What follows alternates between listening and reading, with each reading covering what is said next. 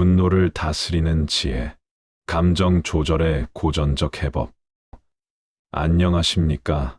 오늘은 명심보감에 담긴 분노 조절의 지혜에 대해 말씀드리겠습니다. 현대를 살아가는 우리는 매일같이 크고 작은 분노를 경험합니다. 교통체증에서 뉴스를 보며 때로는 가까운 사람들과의 관계에서도 화가 치밀어 오릅니다. 이런 감정들을 제대로 다스리지 못하면 건강도 해치고 소중한 관계도 무너뜨리게 됩니다. 오늘 소개해드릴 명심보감의 가르침은 수백 년 전 선조들의 지혜이지만 지금 이 순간에도 여전히 유효한 삶의 지침입니다. 천천히 함께 살펴보시겠습니다. 제1부 분노란 무엇인가? 명심보감에서는 분노를 인간의 자연스러운 감정으로 봅니다. 화가 나는 것 자체가 잘못은 아닙니다.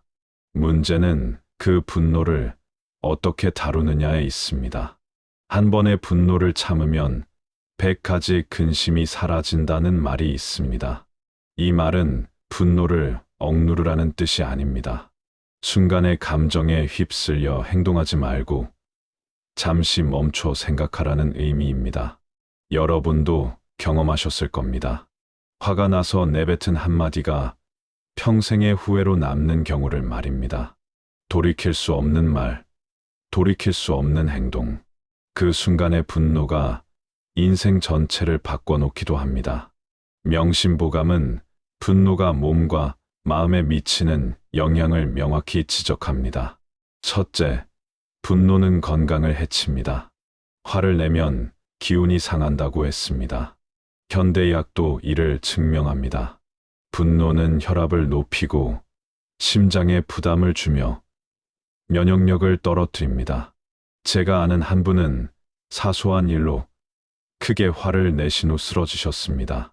다행히 회복하셨지만 그 일을 계기로 감정 조절의 중요성을 절실히 깨달으셨다고 합니다. 둘째, 분노는 판단력을 흐립니다. 노할 때는 시비를 가리지 못한다는 말처럼 화가 난 상태에서는 옳고 그름을 제대로 판단할 수 없습니다. 감정이 이성을 압도하기 때문입니다. 셋째, 분노는 관계를 파괴합니다. 가족, 친구, 동료, 한순간의 분노로 오랜 인연이 깨지는 것을 우리는 너무나 많이 봐왔습니다. 제2부 분노의 원인 이해하기.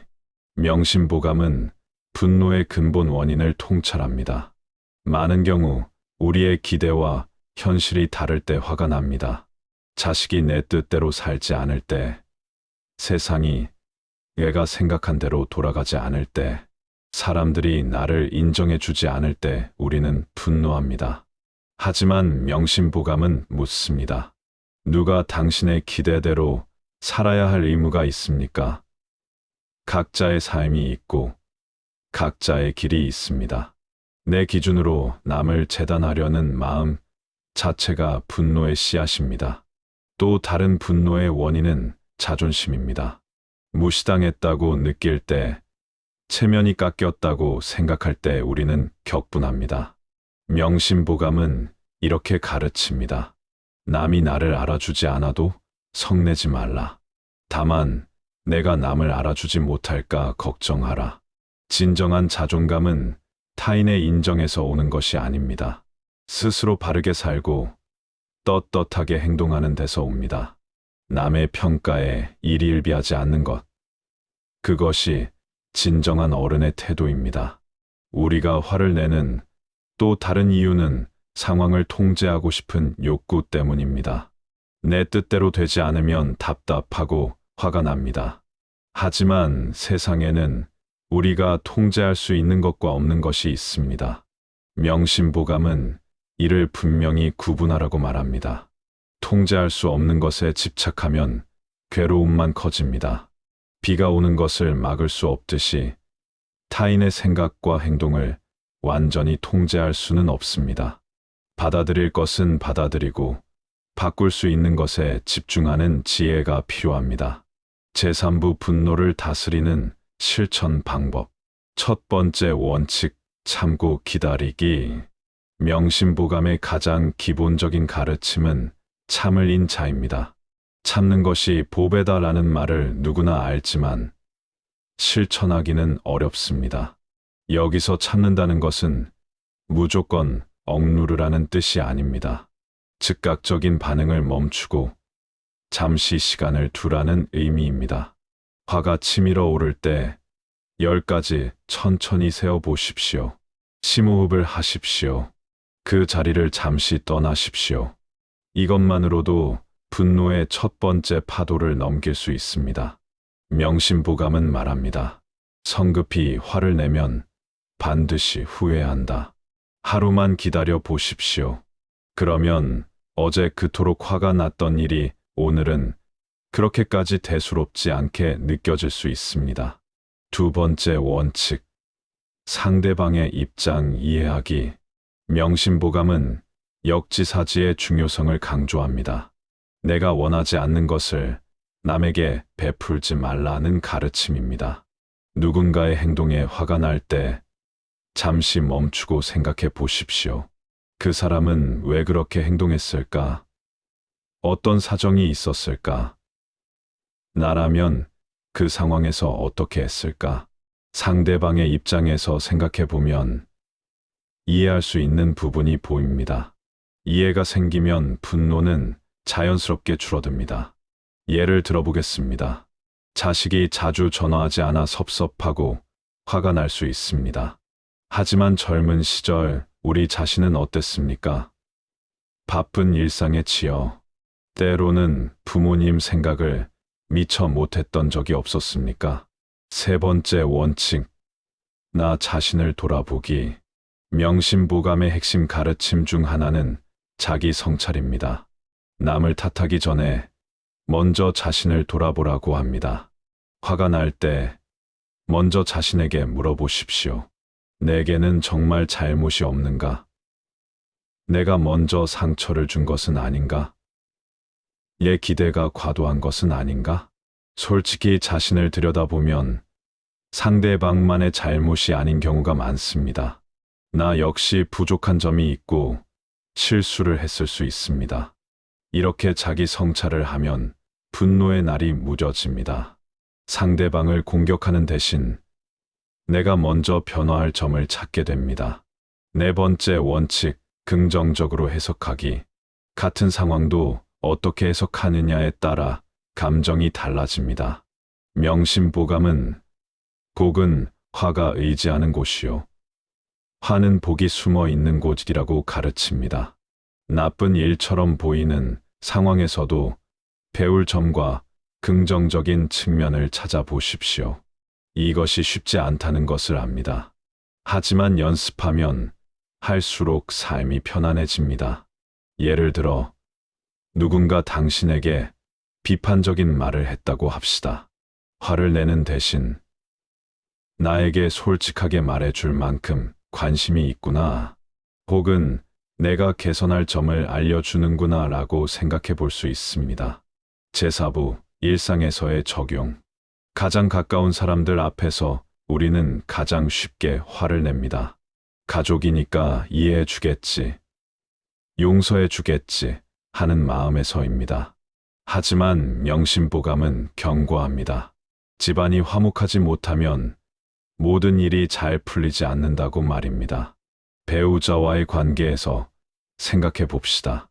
오랜 세월 함께 산 부부라도 의견 차이는 있습니다. 중요한 것은 그 차이를 어떻게 다루느냐입니다. 화를 내며 자기 주장만 하면 상처만 남습니다. 잠시 멈추고 상대방의 말을 끝까지 들어보십시오. 당신 말도 일리가 있네. 이 한마디가 얼마나 큰 힘을 발휘하는지 아십니까? 자녀와의 관계도 마찬가지입니다. 이제는 다 큰 자식들입니다. 내 뜻대로 살라고 강요하면 반발만 생깁니다. 조언은 하되 결정은 그들의 몫으로 남겨두십시오. 그것이 진정한 사랑이고 존중입니다. 나이가 들어서도 사회생활은 계속됩니다. 취미 모임, 봉사활동, 각종 모임에서 사람들을 만납니다. 이런 자리에서도 의견 충돌은 생깁니다. 명심보감은 화목하면 귀한 것을 얻고 다투면 귀한 것을 잃는다고 가르칩니다. 의견이 다를 때 상대방이 틀렸다고 단정하지 마십시오. 그럴 수도 있겠네요. 라고 인정하는 여유를 가지십시오. 내가 옳다는 것을 증명하는 것보다 관계를 유지하는 것이 더 중요합니다. 특히 젊은 세대와의 관계에서 주의가 필요합니다. 세대 차이는 당연합니다. 요즘 젊은이들은 이라는 말로 시작하면 이미 갈등의 씨앗을 뿌리는 것입니다. 때로는 자기 자신에게 화가 날 때도 있습니다. 나이가 들면서 예전처럼 안 되는 몸, 기억력 감퇴, 반복되는 실수, 이런 것들에 좌절하고 자신에게 화가 납니다. 명심보감은 자신을 너무 책망하지 말라고 조언합니다. 완벽한 사람은 없습니다. 실수하고 넘어지는 것이 인간입니다. 자신에게 너그러워지십시오. 나이 드는 것은 부끄러운 일이 아닙니다. 지혜가 쌓이는 과정입니다. 몸은 예전 같지 않아도 마음은 더욱 성숙해집니다. 자기 자신을 용서하고 받아들이는 사람만이 다른 사람도 진정으로 용서하고 받아들일 수 있습니다. 제오브 분노를 넘어 평화로. 명심보감의 궁극적 목표는 마음의 평화입니다. 마음이 평안하면 몸이 편안하다고 했습니다. 마음의 평화는 어디서 옵니까? 외부 환경이 완벽할 때 오는 것이 아닙니다. 세상이 내 뜻대로 될 때 오는 것도 아닙니다. 마음의 평화는 있는 그대로를 받아들이는 데서 옵니다. 통제할 수 없는 것에 집착하지 않고 주어진 오늘에 감사하는 데서 옵니다. 아침에 눈을 뜨면 감사한 일 3가지를 떠올려 보십시오.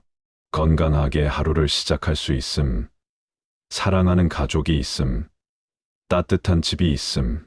작은 것에 감사하면 화낼 일이 줄어듭니다. 명심보감은 용서의 중요성을 강조합니다. 원수를 갚으려 하면 원수가 끝이 없다고 했습니다.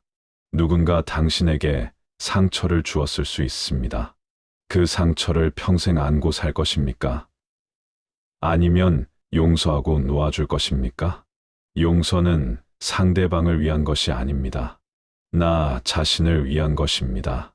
원망과 분노를 안고 사는 것은 독을 마시고 상대방이 죽기를 바라는 것과 같습니다.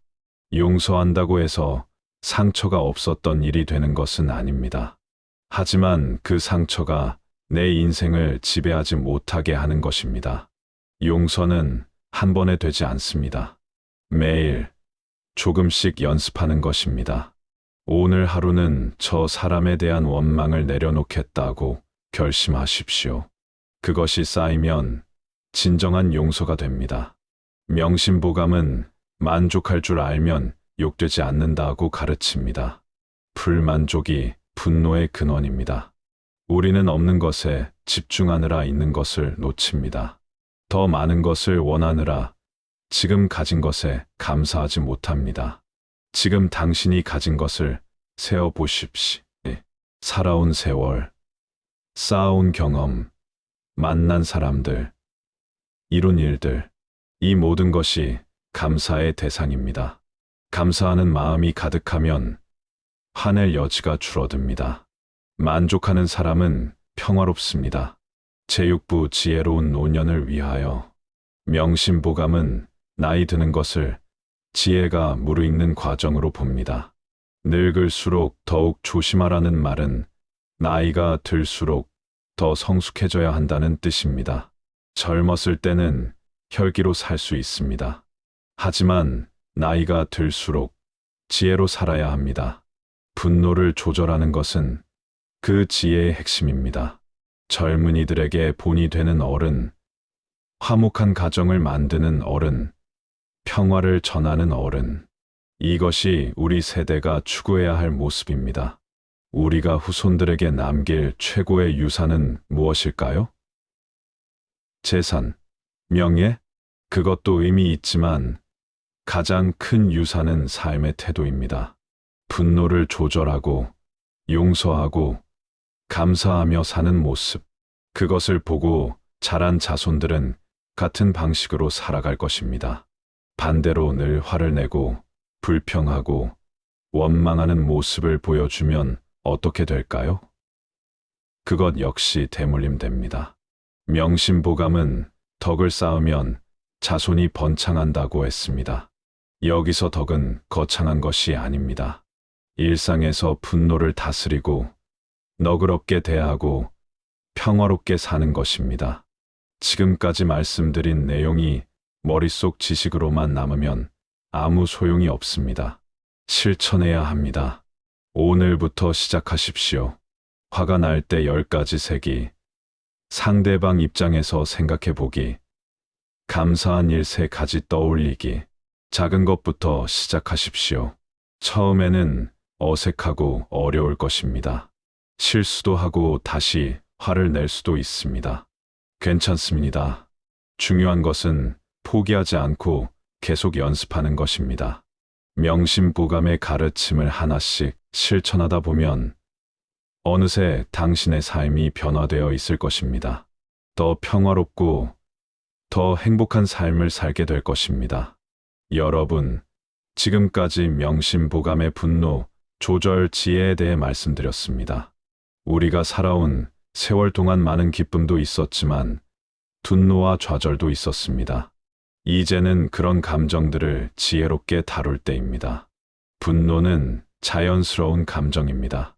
하지만 그 분노에 휘둘릴 것인가, 아니면 지혜롭게 다스릴 것인가는 우리의 선택입니다. 명심보감의 가르침은 단순합니다. 참을 줄 알고, 이해하려 노력하고, 자신을 돌아보고, 감사하며 살라는 것입니다.